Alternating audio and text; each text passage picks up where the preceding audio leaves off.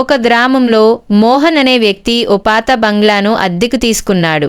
గ్రామస్తులు ఆ బంగ్లాకు దగ్గర కూడా వెళ్లరు. కానీ మోహన్ అలాంటి వాటిని నమ్మడు. మొదటి రోజు రాత్రి తలుపులు మూసి నిద్రపోతున్నాడు.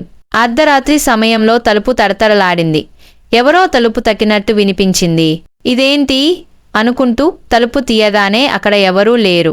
మళ్లీ తలుపు మూసి వెనక్కొచ్చాడు. కాని ప్రతి అరగంటకు అదే జరుగుతుంది. చివరికి సాహసంగా బయటకు వెళ్లాడు. అప్పుడే గాలిసుడులా తిరుగుతూ చల్లటి వాతావరణం ఒక్కసారిగా భయంకరంగా మారింది. ఆ సమయంలో ఒక మహిళ స్పష్టంగా కనిపించింది. తెల్ల దుస్తుల్లో ముఖం రక్తంతో నిండి ఉంది.